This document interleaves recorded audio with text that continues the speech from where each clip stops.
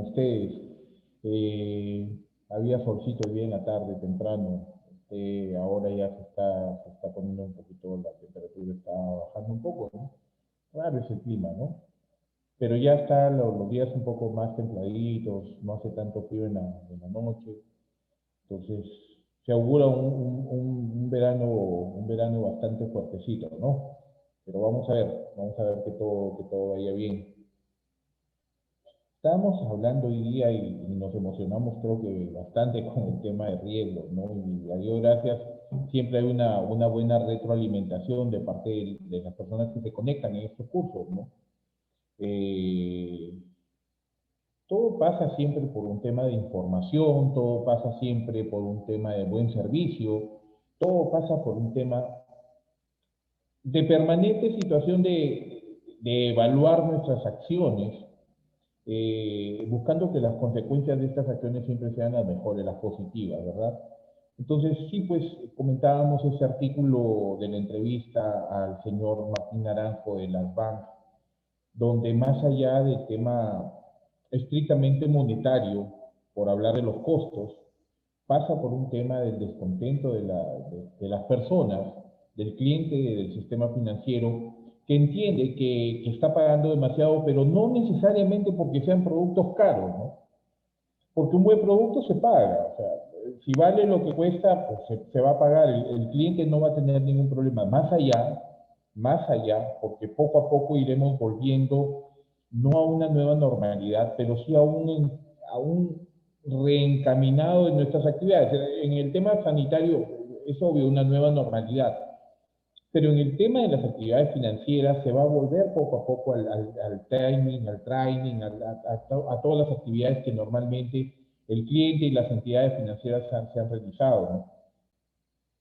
Sin embargo, considero yo que el sentir del cliente no es necesariamente tener al frente al enemigo, que sea la entidad financiera, sino el tema de que quien debería ser su partner, quien debería ser su acompañante permanente, debería tener productos como los tiene buenos, pero que cumplan cabalmente su función, que cabalmente tenga el cliente a un buen asesor que le esté asesorando permanentemente, que el cliente sepa que ante cualquier adversidad como la que estamos pasando, el cliente pueda buscar ayuda, pueda buscar salidas, pueda buscar un asesoramiento que le diga esto puedes hacer, esto no puedes hacer, a esto tienes derecho, a esto no tienes derecho, ¿por qué no inventamos hacer esto de acá? Lamentablemente es una realidad y no es una realidad de ahorita en emergencia, es una realidad permanente, desde mis épocas de analista de crédito, iniciando inclusive. O sea, nos preocupamos del sueldo, de cumplir la meta, de lograr las metas comerciales. Y el cliente termina siendo simplemente alguien que me ayuda a conseguir mis propias metas personales, como son ganar bien, tener un sueldo, una remuneración adecuada. Y eso tiene que cambiar. Tiene que cambiar. Si después de esta pandemia, y les ponía el ejemplo de Open English, este año es el mejor año para aprender, este es el mejor año para retomar rumbo, reencaminar nuestras carreras profesionales, reinventarnos, hacer las cosas diferentes como las veníamos haciendo hasta antes de esta emergencia. Y veíamos en los temas de la mitigación de riesgos que de las acciones a tomar para tratar de mitigar los riesgos era anticiparse al futuro, a la permanente pregunta, ¿y si pasa esto, qué? ¿Qué hacemos? ¿Qué acciones tomamos? ¿Cómo reaccionamos? Y ese es básicamente nuestro objetivo como analistas de crédito al mitigar los riesgos. La mitigación de riesgos, les explicaba hoy día, tiene que ver con la identificación de lo que podría pasar ante la probabilidad de que el cliente deje de pagar por una situación, como por ejemplo el tema de la pandemia. Hoy en día, después de lo que estamos viviendo, si se hace un replanteamiento de las evaluaciones, vas a tener que incluir esto. Estoy seguro que, y se me está ocurriendo ahorita, posiblemente a partir del próximo año, los productos financieros ya no solamente carguen o pongan o contengan en el costeo, en la TCA final, la posibilidad del seguro de gravamen solamente. No, de repente van a cobrar algún tipo de seguro, va a salir alguien a inventar un seguro que prevea esta posibilidad de pérdidas con emergencias sanitarias como las que estamos viviendo hoy en día. Quiero compartir un artículo que no he leído, no he tenido la oportunidad de revisarlo fehacientemente, totalmente, pero creo que es bastante importante. Equilibrium siempre presenta, y es muy de actualidad, ¿no? Esto lo ha presentado hace una semana respecto al tema del informe de, del World Bank, donde estamos, creo que no era este, permítame por favor, creo que no era este, no, tampoco este es el que vimos el día por la mañana.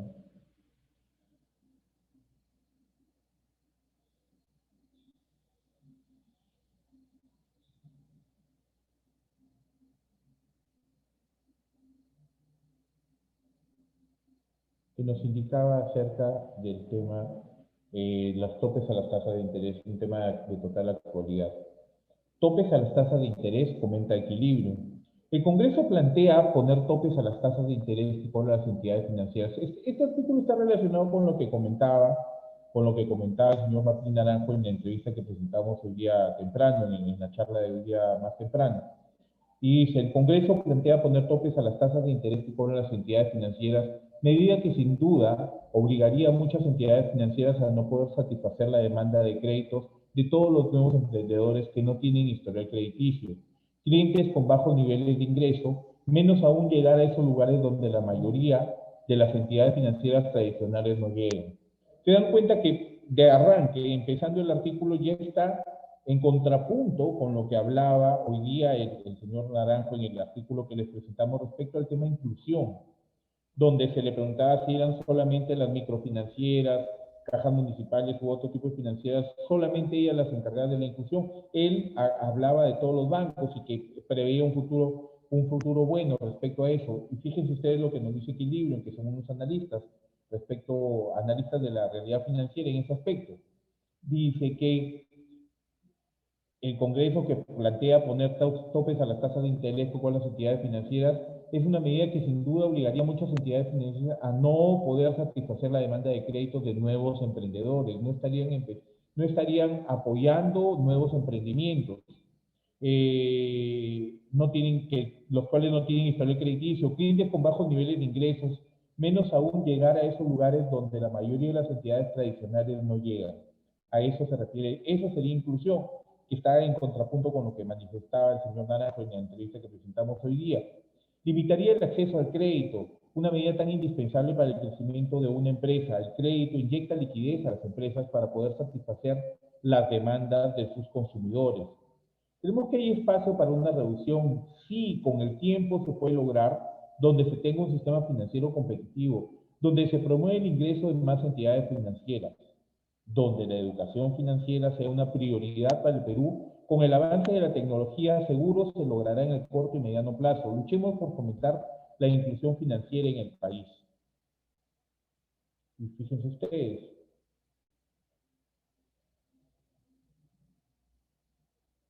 tenemos acá unas ilustraciones bastante buenas.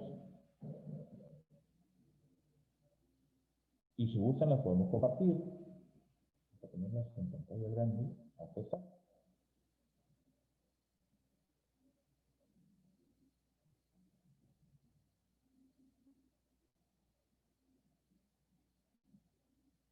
Y eso es lo que veníamos explicando cuando vimos el tema de las tasas de interés en los créditos. ¿Ok? Vamos a ver un poquito. Aquí estamos. Eso lo podemos ver un poquito mejor. Topes a las tasas de interés. La entidad financiera cobra una tasa de 25% por un crédito y paga 5% por los ahorros. Su ganancia es del 20%. A ver, primero, observemos costos y gastos que comporten una tasa de interés. Los ahorristas depositan su dinero excedente a cambio de una tasa de interés que se tiene que pagar, el costo del fondeo. Segundo, el costo del riesgo. Es la probabilidad de que las familias o empresas no cumplan con la devolución del crédito. Estos son los componentes de la tasa de interés, ¿ok? Que componen los costos y gastos de una tasa de interés. Y el costo operativo, los trabajadores que evalúan y cobran créditos, alquiler de oficinas, equipos de sistemas.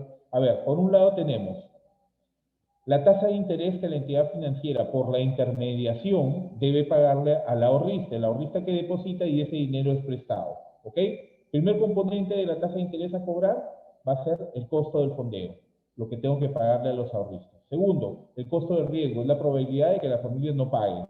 Es el costo directamente del crédito. Mayor riesgo, mayor tasa de interés. Ojo, mayor costo, mayor tasa de interés, o mayor costo por el riesgo, mayor riesgo, es mayor el costo que tienen. Y el costo operativo, que no se puede ligar del costeo que tienen las entidades financieras porque tienen que pagar trabajadores, tienen que pagar oficinas, gastos básicos, servicios, otros, etcétera, etcétera. El ejemplo ficticio de una tasa de interés del 25%. En naranja tenemos el 5%, que es el margen de ganancia de la empresa financiera. 2% es el retorno del capital al accionista, gastos tributarios, entre otros. Costos operativos al 7%, el costo del crédito para un crédito, el costo de crédito para un crédito de 1.000 no es igual al de un crédito de 100.000, se involucra mayor personal hasta lograr el pago. El costo del riesgo a un 6%, que depende de la entidad financiera, de la actividad, si tiene experiencia, si es formal, etcétera, etcétera. Por ello es difícil determinar con exactitud. Y el costo del fondeo, el costo es indirectamente al plazo, a mayor plazo, mayor costo. Los costos dentro de la estructura de tasa de interés activa varían según el tipo de crédito. ¿Por qué algunos créditos tienen tasas de interés más altas? No es lo mismo evaluar un solo crédito de 100.000 que 100 créditos de 1.000 soles. Según uno se utiliza mayor personal que me genera mayor costo operativo, por ende mayor tasa de interés. No es lo mismo evaluar, y estamos contrastando en un eje, tantos riesgos contra la tasa de interés. No es lo mismo evaluar a una persona que ya tiene historial crediticio que a una persona o microempresa que no lo tiene, o su negocio es informal o su nivel de ingresos es bajo. Me genera mayor riesgo de impago en un futuro, por ende, se compensa con el cobro de una tasa mayor de interés, hasta lograr un buen comportamiento de pago para mejorar la tasa de interés a cobrar. ¿Por qué los otros países cobran tasas de interés más bajas? Porque tienen sus costos de transacción más bajos, menores costos de riesgo, mayor inclusión financiera y educación financiera y también, sobre todo, menor informalidad. Imponer topes a las tasas de interés generaría que las entidades ya no ofrezcan créditos a los segmentos más riesgosos. Muchas personas o empresas no podrán acceder al crédito formal. Podrían quedar excluidos los nuevos emprendedores sin historial crediticio o aquellos con menores ingresos, ya que su nivel de riesgo estará por encima del tope que fijarían como tasa. Sin historial crediticio o aquellos con menores ingresos, ya que su nivel de riesgo estará por encima del tope que fijarían como tasa. Justo en estos momentos donde se necesita la mayor inclusión financiera dada la crisis, esta ley lo que ocasionará en el mediano plazo es hacer más lenta la inclusión. En momentos donde se necesita una mayor oferta de créditos para la reactivación de la economía, logrará que sea más lenta la tan esperada reactivación. Lo que sí se logrará es que estas personas o microempresas que demandan los créditos se dirijan a los créditos informales, que es lo que decía el señor Naranjo en la entrevista que leíamos el día de hoy en la mañana, que cobrarán hasta el 20% mensual y llegan a tasas de 792% anual. Increíble. Arriesgándose a métodos de cobranza abusivas por parte de los prestamistas. Perjudicará también a aquellas entidades financieras que se dedican exclusivamente a los créditos pequeños, microempresas o de consumo, cuya misión es fomentar la inclusión financiera, ya que sus costos de dar créditos a estos sectores superarían los topes a las tasas de interés que podrían cobrar. Ellos llegan a lugares de difícil acceso, donde muchas veces no se cuenta con diversidad de entidades financieras, la mayoría de ellos sin experiencia crediticia. Creemos que aún hay espacio para poder lograr reducir las tasas con el tiempo, si se tiene que fomentar la competencia en el sistema financiero, promover el ingreso de nuevas entidades, mejorar la educación financiera de las personas y lograr la tan esperada inclusión. Este artículo está espectacularmente bueno. Les recomiendo que sigan a esta empresa que se dedica al análisis, que tengan la oportunidad de poder chequear esos análisis que son importantes. Recuerden, más allá de nuestra labor como agente del sistema financiero, y estaría dirigido principalmente a clientes que nos estén escuchando, Es importante que ustedes sepan esto. Esto es información. Y esto, sin temor a equivocarme, creo yo, que puede ser utilizado como una herramienta de información hacia nuestros clientes. No tengan miedo. No tengan miedo de decirle a un cliente, fíjate que aquí tienes herramientas, por ejemplo, para retener clientes. Pero tu principal herramienta de retención de clientes, de evitar que tus clientes migren hacia otras entidades financieras, no hay otra mejor que una buena atención y un permanente seguimiento, un permanente asesoramiento, un permanente contacto con tu cliente para que sepa que estás ahí para él, para que sepa que lo vas a ayudar en situaciones como la que estamos viviendo, para que sepa que, por ejemplo, cuando le hiciste la evaluación para ese crédito que ahora puede tener algún tipo de problema en pagar, tú realizaste tu flujo de caja. Y a este flujo de caja le hiciste un buen análisis de sensibilidad. No me voy a cansar de repetir. Ustedes me pueden decir lo que quieran. Juan Carlos repite mucho, insiste demasiado, pero esa es la realidad. Y eso es parte de la GIR, de la gestión integral de riesgos, donde determinamos por 3 dimensiones el riesgo. Identifico el riesgo, mitigo el riesgo y espero que no vuelva, y trato de taparlo de tal manera que no me vuelva a ocurrir. Pero que no me vuelva a ocurrir el riesgo, no, el riesgo va a ser latente, el riesgo nunca va a ser cero. Pero las consecuencias de una acción determinada te van a llevar a decir, oye, como la dice la canción, tropecé de nuevo con la misma piedra. Si ya te pasó una vez, pues corrige el rumbo, toma acciones. Esa toma de acciones, esa toma de acciones es la verdadera mitigación de riesgo. Mi nombre es Juan Carlos Pereira, soy bachiller en economía y mi especialización está orientada hacia la orientación financiera, valga la redundancia, financiera, crediticia, comercial y de seguros. El día de hoy vamos a estar viendo los temas de los parámetros de riesgo. Quiero retroceder un poquito a donde nos quedamos, porque ¿cómo mitigar el riesgo de crédito? Voy a insistir, evalúa la rentabilidad de cada inversión, es lo que veíamos hoy día, les decía, evalúa bien, objetivamente, tu evaluación objetiva que sea fidedigna y que tiene que ver con tomar bien la información al momento de la visita de la evaluación in situ.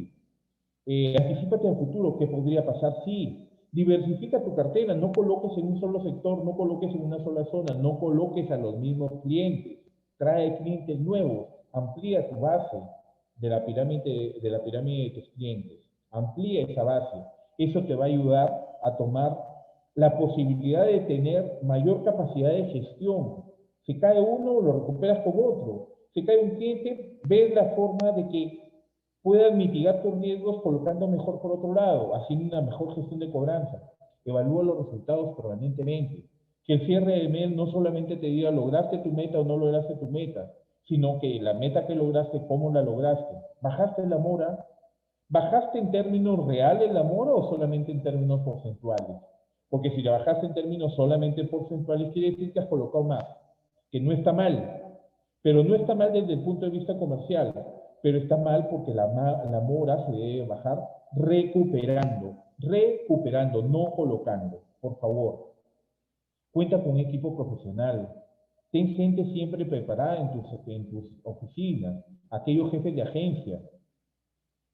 A veces hay la tendencia a buscar lo más barato, y de verdad, o sea, se consigue personas que no son las idóneas para realizar ese trabajo, porque cobran menos, porque le puedes ofrecer un sueldo menor.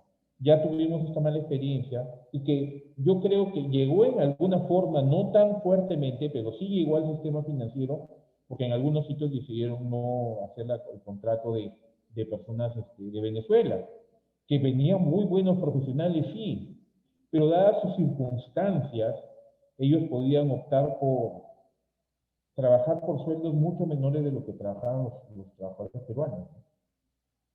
Y en algunos casos, aún cuando venían con una profesión, pues no estaban totalmente capacitados para realizar ese trabajo. Voy a seguir insistiendo en esto, o sea, se puede quejar los bancos, ¿no? Que me quieren bajar ya. No bajen las tasas, pero ofrece un mejor servicio. Un cliente va a estar contento y el cliente contento te va a pagar, va a seguir trabajando contigo, en tanto tú tengas un buen servicio.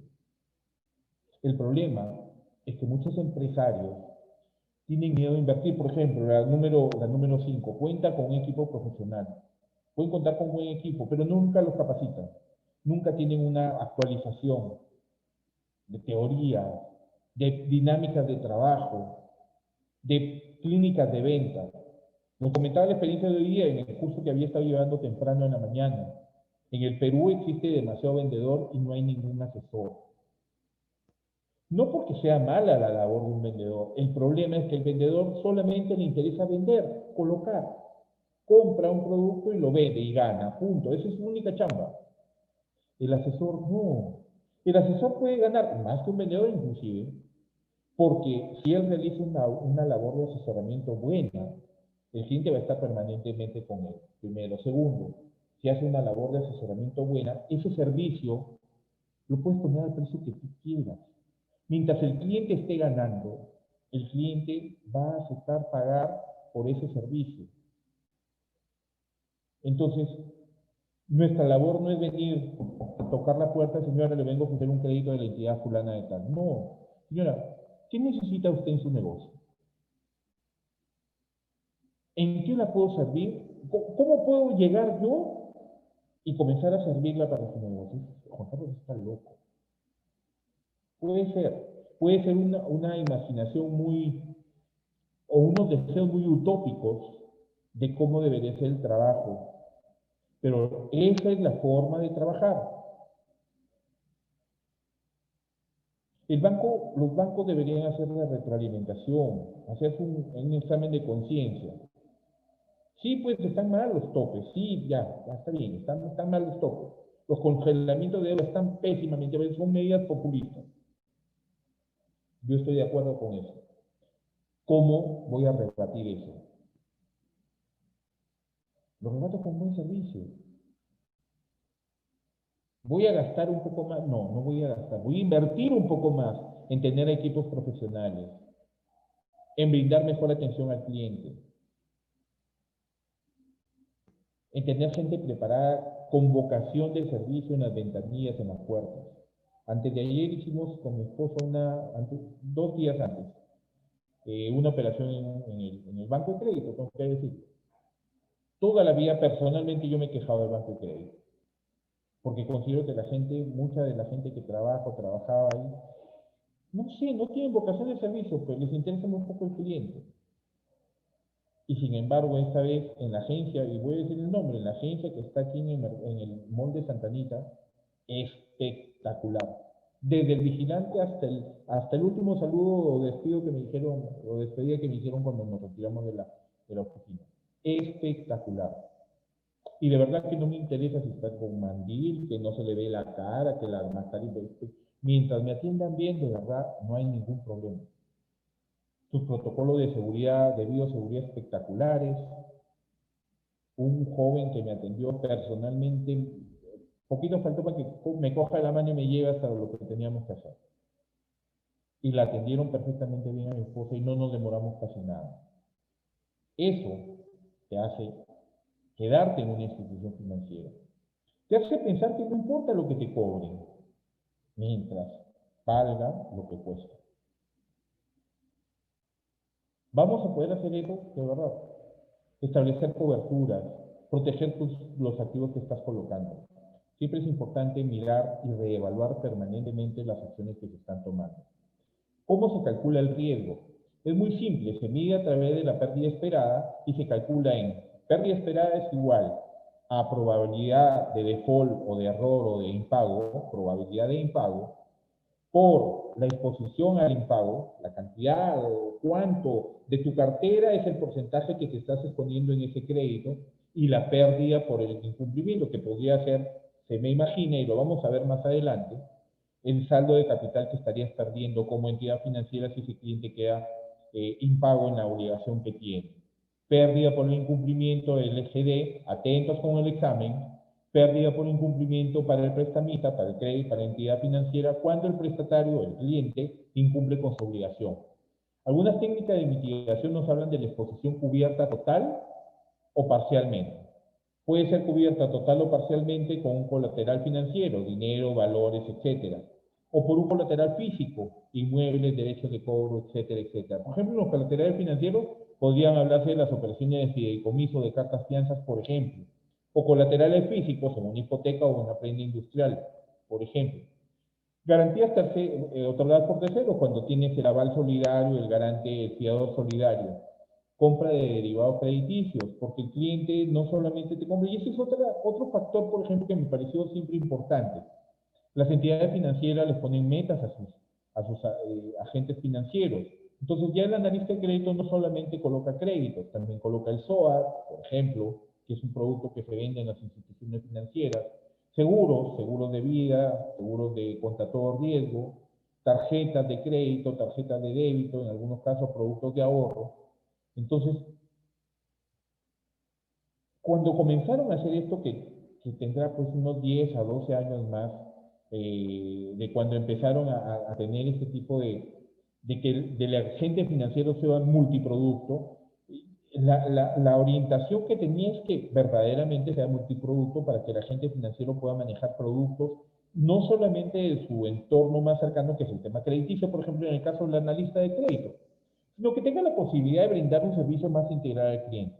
Mucha gente no lo ha hecho porque lo veían solamente como la pesadilla de que yo lo veía, por ejemplo, en la Caja Metropolitana cuando cambiaba ahí, tenía las metas impuestas para cada uno de los colaboradores, pero también tenía metas como jefe de agencia, colocar los SOA, y en esa época que no estaba muy, eh, ¿cómo le digo?, muy en boga, no era, para la gente de repente no era muy necesario tener el SOA o tenerlo que cumplir, o etcétera, etcétera, ¿no? Pero sin embargo, eso te permite que si te van a poner la meta por un producto, ¿qué hace el buen, ya, mira, el buen vendedor? Se convence del producto. Si tú no estás convencido del producto, no lo vas a poder vender. Entonces tienes que conocerlo, lo cual tener agentes financieros multiproductos que te permiten conocer todos los productos con especialización y que uno es plataforma, en otro es analista de crédito, el otro es gestor de cobranza, el otro es cajero, el otro es jefe de operaciones, pero tiene la posibilidad, aunque sea de pinceladas, conocer todos los productos que tiene tu entidad financiera. Y eso te hace un mejor analista o agente financiero. ¿Ok? ¿Cuáles son los parámetros de medición del riesgo de crédito? Existen tres parámetros esenciales. Ojo, examen de finales de esta conferencia. Tres parámetros que son esenciales en el proceso de obtención de las medidas antes citadas: la pérdida esperada y el control de la exposición, que son la probabilidad de incumplimiento, el PD, que ya lo veíamos, probability of default, la severidad, el loss given default, el LGD, y la exposición en el momento del incumplimiento, con cuánto te estás exponiendo, la exposure o at default, IAD, ¿ok? La probabilidad de incumplimiento. ¿Por qué me preocupa la probabilidad de incumplimiento o PD? Es la necesidad de evaluar la calidad crediticia del cliente. El cliente me puede pagar, el cliente quiere pagarme. Ojo, evaluación económica objetiva y subjetiva. Los requerimientos regulatorios de Basilea II, que los vamos a ver más adelante, que si se ajusta o no se ajusta a esos requerimientos de Basilea II. Es el trabajo de las agencias de rating. Fundamentalmente, la probabilidad de incumplimiento viene a partir de una evaluación, digamos, subjetiva, porque ya les decía la semana pasada, las evaluaciones subjetivas puedes convertirlas en objetivas porque puedes cuantificar niveles de riesgo que te genera una evaluación que no necesariamente es parte de una medición cuantitativa. Estoy hablando bastante, pero quiero redondear bien la idea. Por ejemplo, en el tema de la probabilidad de incumplimiento tiene que ver con el tema de la revisión de las centrales de riesgo a un cliente que te solicita un crédito. Revisaremos esto cuando estudiemos el modelamiento del riesgo de crédito, que será motivo de otro curso. Pero es la necesidad de información de los inversores y los gerentes de las empresas, de la gestión de riesgo y la necesidad de financiamiento. O sea, el cliente te solicita un crédito, identificas que tiene una necesidad, identificas el destino del crédito, pero también a la par, tú verificas en el sistema por diversas fuentes de información que son parte de tu entrevista en la visita in situ al negocio, identificar posibilidades de riesgo a nivel subjetivo, pero también en tu trabajo de gabinete revisas las centrales de riesgo. Ese es el trabajo y negocio de las agencias de rating. Los parámetros de riesgo de créditos, continuamos con eso, las pérdidas esperadas. ¿Qué factores influyen en la pérdida esperada? La exposición, la IAD, la exposure at default, depende de los montos pactados de la operación y de los mitigantes. O sea, ¿qué factores te llevan a decir, no, mira, si pasa esto, podemos hacer esto, esto y esto? Son los mitigantes. La probabilidad del error depende del rating del deudor. A peor rating, mayor probabilidad de que... O sea, ¿cómo puedes confiar que un cliente que hoy en día tiene una mala calificación en el sistema financiero, a través de los ratings y scoring, cómo puedes determinar que sí te va a pagar a ti, si no ha pagado puntualmente otras entidades financieras? Puede que hoy en día tenga, y lo hemos visto ya a pincelada, lo vamos a ver la siguiente sesión, que es mañana a las 12, vamos a ver las consideraciones para las calificaciones de riesgo de los clientes. Entonces, ¿cómo puedes determinar tú que un cliente te podría pagar bien a ti si anteriormente en su historial crediticio ves que ha tenido caídas? Y caídas que al momento de la actual evaluación no te las sabe explicar. Caídas que te dicen, bueno, sí, pues me atrasé, no sabes si sacó el crédito para él o sacó para una tercera persona que no puede pagar. Y ese, por ejemplo, es un caso muy típico en el Perú. Señora, ¿qué pasó acá? Hace 2, 3 años usted tuvo problemas. Sí, pues es que me retrasé en un crédito. ¿Y para qué utilizó el crédito? ¿Para quién fue el crédito? ¿Para qué? ¿Qué negocio hizo con el crédito? No, en realidad, joven, ¿sabe qué pasa? Que ese crédito vino mi hermano, vino mi cuñada, vino mi papá, vino mi mamá, vino mi hermano y me dijo, sácate un crédito. ¿Y por qué no sacas tú? No, porque yo, sácalo tú, ¿sabes por qué? Porque yo tuve un crédito antes y no lo pagué bien. La primera pregunta, cuando alguien te viene a preguntar si puedes sacar un crédito para él, porque él no puede, ¿por qué no puedes sacar tú el crédito? La respuesta inmediata va a ser, no, es que tuve un crédito antes y no lo puedo pagar bien. Tu contrarrespuesta va a ser, entonces, ¿por qué me tengo que arriesgar yo, arriesgar mi nombre, mi identificación en el sistema financiero, mi calificación en el sistema financiero, si tú no sé si me vas a poder pagar? Les aseguro, de lo que estoy seguro, sí, en realidad, es de que se van a molestar con usted. Se van a molestar. Te va a dejar de hablar tu hermano, papá, primo, hermano, cuñado, lo que sea. Se va a molestar, no te va a hablar, pero se le va a pasar la molestia. Porque esa molestia, que termina siendo pasajera, es diametralmente opuesta a la molestia y a las incomodidades que se van a hacer cuando esa persona no pague el crédito que tú estás sacando. Y que vas a estar fastidiando, te vas a pelear, y finalmente no te va a pagar, y vas a tener que endeudarte tú para pagar una deuda que no era para ti. No hagan eso, nunca, no le recomienden. Por eso es importante que dentro de tu evaluación crediticia investigues bien el destino del crédito. Y que si identificas ya, o sea, por más que investigaste, hiciste ya, determinaste un buen destino de crédito y le diste el crédito al cliente. Y después te encuentras con el tema de que no era para él el crédito. Castiga a ese cliente, no le vuelvas a dar crédito de repente. O ponle un producto más caro si le vuelves a dar. Y la severidad de la pérdida, los given default, el GD, depende de las garantías involucradas en cada operación de crédito. No se olviden nunca, de verdad, la exposición depende de los montos pactados en la operación y cómo mitigas el riesgo. La probabilidad de default, la probabilidad de pérdida, la probabilidad de que caiga, de que no te pague, depende del rating también del cliente, del historial crediticio del cliente. Recuerda que a peor historial crediticio, mayor posibilidad de que no te pague. Y también la severidad. La severidad va a depender de las garantías que el cliente te puso para que le des el crédito que ahora tiene.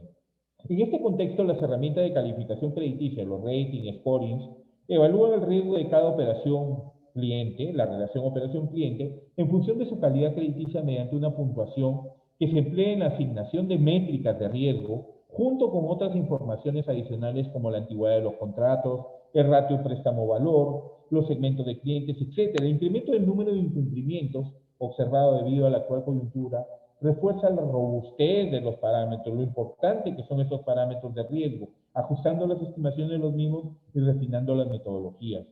Pero esto tiene que ver con tu evaluación permanente, esto tiene que ver con uno de los objetivos del analista de crédito, del camino del analista de crédito, criterio y sentido común. O sea, tú sabes esto que es la teoría, esto que tenemos acá, la teoría, pero debes saber la aplicación, ¿ok? Y eso te la da ¿qué? La práctica. ¿Ustedes creen que Paolo Guerrero solamente es buen jugador porque se leyó los manuales de fútbol? No, porque practica, porque le queda un poco más de tiempo, porque está permanentemente dándole a la pelota, pateando. Cueto, el maestro de la zurda, el poeta de la zurda. ¿Ustedes creen que se decía solamente porque había nacido bien dotado en sus piernas zurdas esos golazos de tiro libre? No, se queda a practicar, entrena. Messi, Maradona, Pelé. Es entrenamiento y este entrenamiento tiene que ser constante. Y lamentablemente, y fíjense ustedes, algo que es una responsabilidad tremenda como analista de crédito, tu entrenamiento es en la cancha, donde tienes poco margen de error, porque tú, como analista de crédito, tienes que mitigar los riesgos. Tu margen de error es muy pequeño, por eso debes tener bien sentadas tus bases teóricas y el permanente expertise, hazlo una y otra vez, somete tus evaluaciones objetivas y subjetivas a un permanente estado de prueba, a un permanente estado de ensayo. Somételo a las más altas pruebas y mediante los resultados, te convences de que esta operación va a ser exitosa y el cliente te va a pagar. Las pérdidas esperadas. La pérdida esperada se modeliza de la siguiente manera. Hay exposición, hay probabilidad de pérdida y hay severidad. Decíamos que la exposición la exposición tiene que ver con tus antecedentes crediticios, ¿verdad? No, la exposición tiene que ver con los montos y la forma como mitigas el riesgo. La probabilidad de default o de pérdida va a tener que ver con el historial crediticio y la severidad tiene que ver con las garantías. Todo eso son el componente de la pérdida esperada. La incorporación de la información perteneciente a un periodo de desaceleración económica es de especial relevancia, ojo, para depurar los análisis de comportamiento cíclico del riesgo de crédito, la permanente caída de los créditos. Tenemos que analizar qué pasa con estos ciclos económicos, qué tiene que ver con cómo se mueve la economía, el ruido político, por ejemplo, que tenemos en el país y que lamentablemente, afecta a las inversiones, sobre todo en el sistema financiero. El efecto de la estimación del PDI o de la pérdida esperada y en el factor de conversión del crédito, Credit Conversion Factor, CCF, es de inmediato. En cambio, el impacto del LGD o de la severidad está condicionada a la maduración de los procesos recuperatorios asociados a dichos incumplimientos. ¿Qué tiene que decir esto? ¿Qué tiene que ver esto? Porque el impacto de la severidad, o sea, cómo te golpea, cómo te va a golpear el que un cliente deje de pagar, te va a depender también del nivel de garantías que tú has tomado para esa entidad financiera, para esa operación crediticia. ¿Ustedes creen? Miren, cuando tú estableces, por ejemplo, una hipoteca, el cliente te solicita un crédito de 100.000, el valor de la propiedad, a ver, un crédito, vamos a ponernos en números más gruesos para poder centrar en el ejemplo que les quiero dar. El crédito te pide un crédito de 75.000 en el sistema financiero y necesitas una garantía real, una hipoteca, debe tener una propiedad que valga por lo menos 100.000. Así de sencillo. ¿Y a dónde voy a querer llegar? Si estamos hablando de los procesos de recuperación asociados a los incumplimientos. Tú, cliente, ponte en los zapatos del cliente, ¿ya? Anticípate al futuro, que es uno de los puntos, el punto número 2 de la mitigación de riesgos, de tu proceso de mitigación de riesgos. Ponte en los zapatos. tú vas a querer perder tu propiedad de $100,000 por un crédito de 75,000. ¿Y qué más? O sea, vas en la mitad del crédito. Tú vas a hacer cualquier cosa por cumplir. Lo mismo lo va a hacer tu cliente. ¿Y por qué crees que haría algo así el cliente? Haría cualquier cosa por no perder su propiedad. Porque debería tener un buen asesor de créditos acostado. Así de simple. Porque si tú estás permanentemente procesos recuperatorios asociados a esos incumplimientos, la severidad con que te golpea el impacto del impago de parte del cliente no va a ser tan grande si tú estás manejando bien la parte de recuperación, tus procesos de cobranza, tus notificaciones, tus requerimientos permanentes de pago, tu seguimiento permanente y antes del seguimiento tu identificación plena del destino del crédito. Lo comentábamos la semana anterior. Un crédito que cae, deja de pagar en las primeras cuotas, definitivamente está mal evaluado. Definitivamente. Puede ser, te digo loco. Obviamente que no es en términos estrictamente al 100%, pues porque alguien de repente saca el crédito y mañana muere su hijo. Dios no quiera. Y a raíz de esa pérdida tiene problemas, se hace todo una bola de nieve, el cliente entra en trompo y deja de pagar sus créditos. Pero por lo general, un cliente, un crédito que se está dejando de pagar de la primera, la segunda, la tercera cuota de un crédito de 12 cuotas, es un crédito que ha sido mal evaluado. Y la responsabilidad no es solamente del analista de crédito, la responsabilidad también es del comité de crédito. ¿Firman las actas de comité? Sí, tienen que firmar porque viene auditoría y si no están firmadas vas a tener problemas. ¿Qué responsabilidad asume el comité de crédito ante esa situación?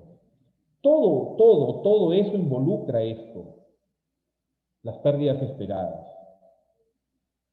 Por eso es importante manejar la teoría, manejar permanentemente la teoría y tener la posibilidad de poderlo aplicar en campo, donde las papas queman realmente. La probabilidad de incumplimiento, el periodo de referencia para el análisis es un año, corto plazo. La probabilidad de incumplimiento varía con el tiempo, depende de las características del deudor. ¿De qué dependía la PDE? Dependía del historial crediticio, fundamentalmente. Y depende también del ciclo económico. Para estimar la pérdida esperada se utilizan los modelos de rating y scoring. La probabilidad de incumplimiento es una medida de calificación crediticia que se otorga internamente a un cliente o a un contrato con el objetivo de estimar la probabilidad de incumplimiento en un año. Fíjate que se ajusta de tal manera que tú puedes tirar, por ejemplo, un flujo de caja con sus correspondientes análisis de sensibilidad que te permitirían adelantarte inclusive al futuro. No eres mago, adivino, no tienes una bola de cristal ni una varita mágica, pero como son temas estrictamente numéricos, te van a acercar lo más posible, lo mayormente posible, a una realidad certera. No vas a dar en el clavo al 100%, no eres pitonizo, pues. Pero si haces ese trabajo, sabes las posibilidades de riesgo que va a tener en el tiempo. Y mira, calza hasta un año, en términos corrientes todavía. Para el periodo de estimación debe tenerse en cuenta que la probabilidad de default o de pérdida o de error o de no pago, como ustedes quieran llamarle, crece con el tiempo. Es más probable que ocurra el incumplimiento en los próximos 3 años que en los siguientes 10 días. Hay estimaciones PAT de ciclo, o sea, considera la situación actual del ciclo, o TROI de ciclo, considera la probabilidad media del ciclo. O sea, ¿se dan cuenta? Todo va calzando. Porque todo esto tú lo puedes cuantificar a partir de una buena evaluación objetiva. Haces bien tu estado de pérdida y ganancia y lo proyectas, lo tiras a un año, tu cronograma de pago, y en ese cronograma, perdón, tu flujo de caja asociado al cronograma de pago, y en ese flujo de caja identificas bien tus análisis de sensibilidad, determinas cuándo sí, cuándo no, por qué, cómo y cuándo, porcentajes y todo, y vas a proveerle al cliente la posibilidad de tomar buenas decisiones. aún en tiempos de problemas como el que estamos viviendo, la emergencia y la pandemia.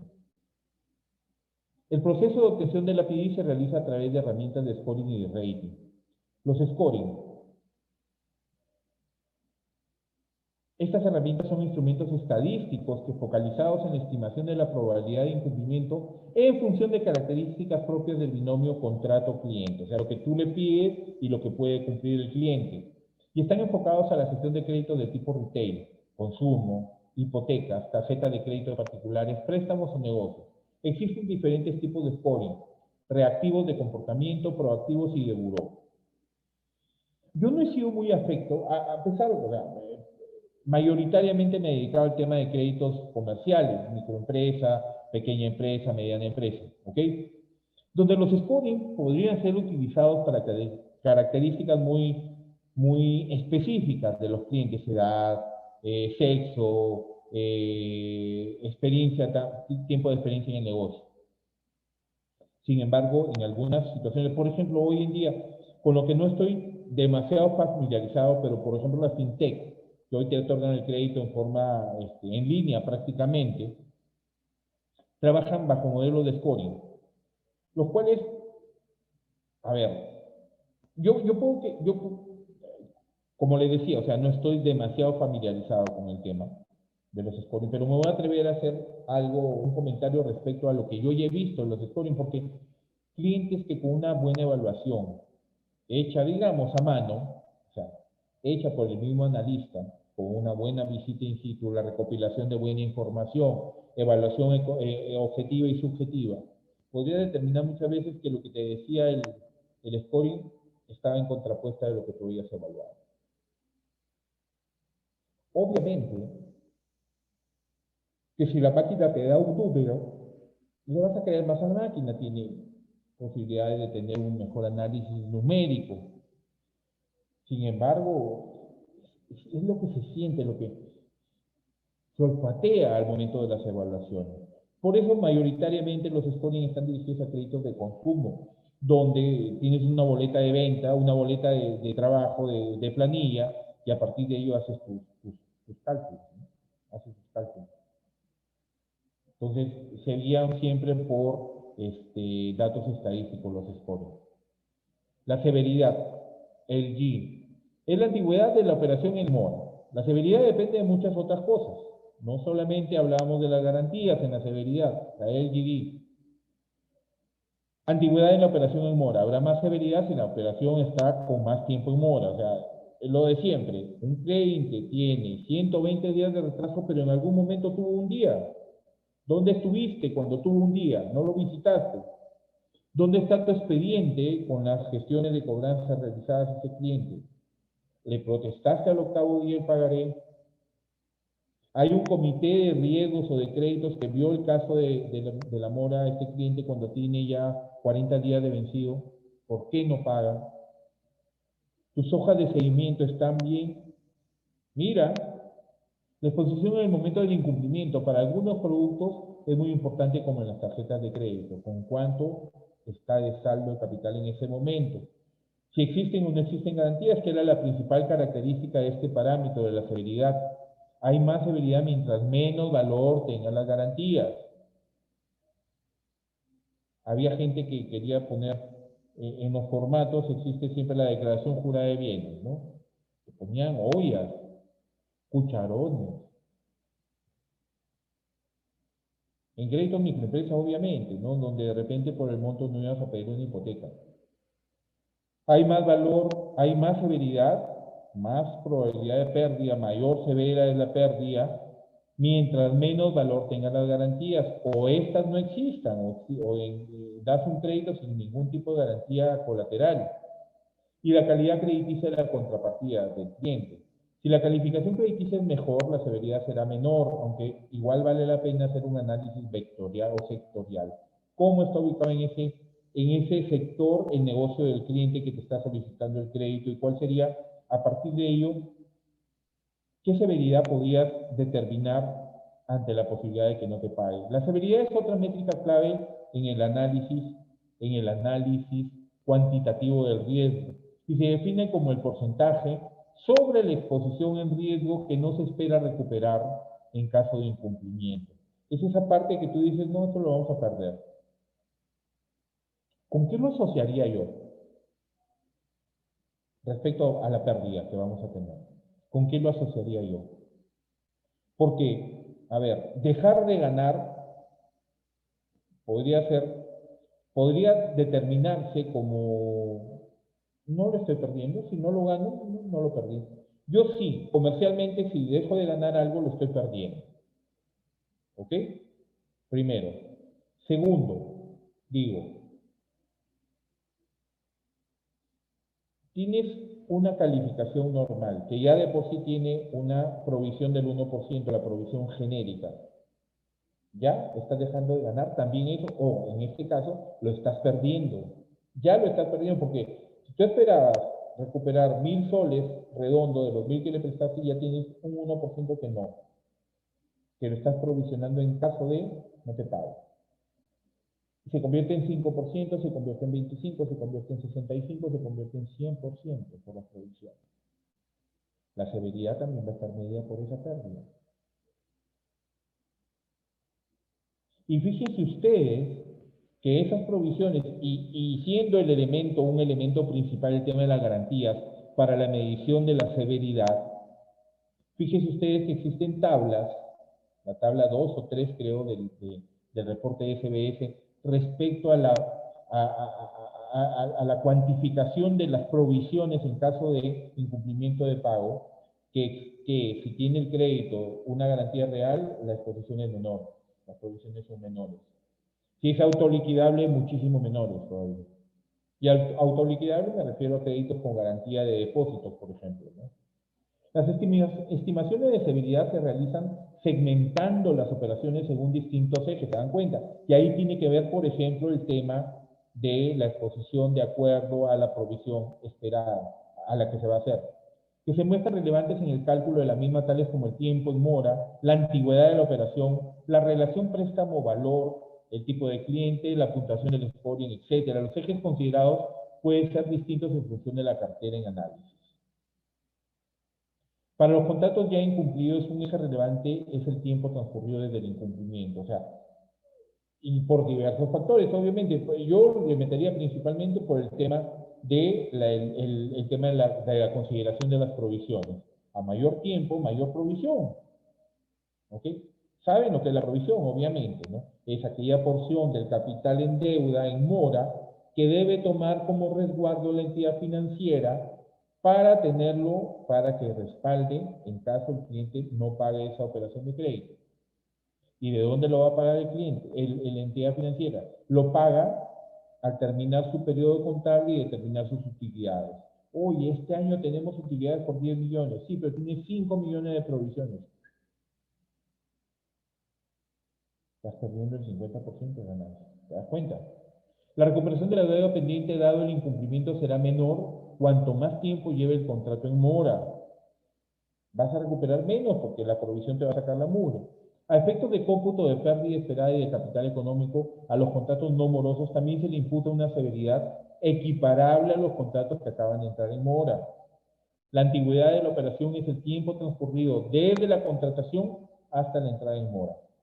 Este eje también resulta relevante reflejándose una relación decreciente entre severidad y antigüedad, ya que cuanto más tiempo esté el contrato sin entrar en mora, mayor será su posibilidad de recuperación. ¿Y qué tenemos que hacer para que tenga más tiempo que el contrato entró sin entrar en mora, perdón? Seguimiento permanente, seguimiento permanente, seguimiento permanente. Ustedes no me quisieran tener de jefe de agencia. Yo creo que sí me quisieran tener, porque yo estaría permanentemente caminando con ustedes. De verdad. Fastidiándolo, sí, así como soy peor todavía. Pero acompañando en esa gestión. Porque la gestión finalmente es de ustedes. Y para que me vaya a mí como jefe de agencia bien, a mi gente le tiene que ir bien. Y para que a mi gente le vaya bien y tienen menos experiencia que yo, pues pongo al servicio de la causa la experiencia que uno puede tener. El riesgo de crédito, como un modelamiento, ¿ok? Como un modelamiento.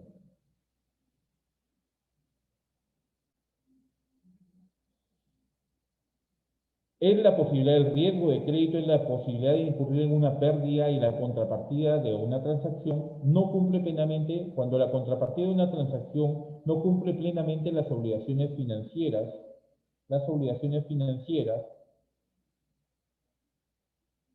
acordadas por contrato a su debido tiempo, forma o cuantía.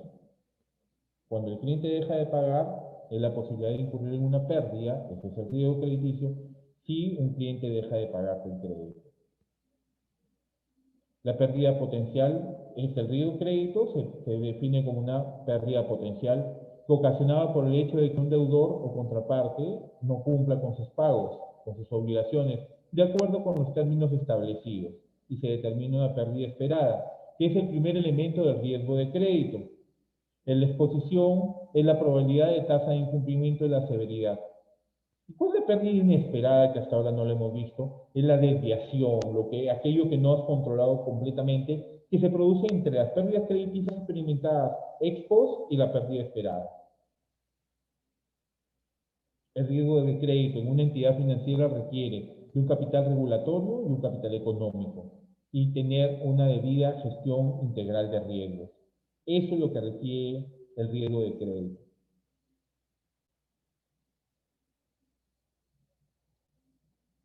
Y nos vamos a quedar acá, ¿ya? Con el concepto. ¿Qué es el riesgo de crédito según Basilea, los convenios de Basilea? Ojo, examen. ¿Cuántos convenios de Basilea tenemos? Tenemos 3 convenios de Basilea y cada uno de ellos ha incorporado ciertos parámetros de medición para que las entidades financieras a nivel global puedan afrontar las pérdidas ante la probabilidad de incumplimiento en los pagos por parte de los deudores. ¿Qué es el riesgo de crédito según Basilea? Que son 3 entidades de Basilea, Basilea 1, Basilea 2 y Basilea 3. El riesgo de crédito se define como la posibilidad de incurrir en pérdidas como consecuencia del incumplimiento por parte del deudor de sus obligaciones en las operaciones de intermediación crediticia, es decir, en los créditos. ¿Ok? El riesgo de crédito, según Basilea, se define como la posibilidad de incurrir en pérdidas como consecuencia del incumplimiento por parte del deudor de sus obligaciones en las operaciones de intermediación financiera. ¿Qué son los acuerdos de Basilea? Los acuerdos de Basilea han evolucionado en función del ritmo de los acontecimientos, siempre con el fin de reducir al máximo el endeudamiento de las entidades financieras y garantizar la capacidad de respuesta ante el riesgo operacional, riesgo de crédito y riesgo de mercado. Son los acuerdos o recomendaciones internacionales de supervisión bancaria emitidos por el Comité Internacional de Supervisión Bancaria, CBSB, Basel Committee on Banking Supervision. Nace con el propósito de restaurar la confianza y estabilidad del sistema financiero internacional.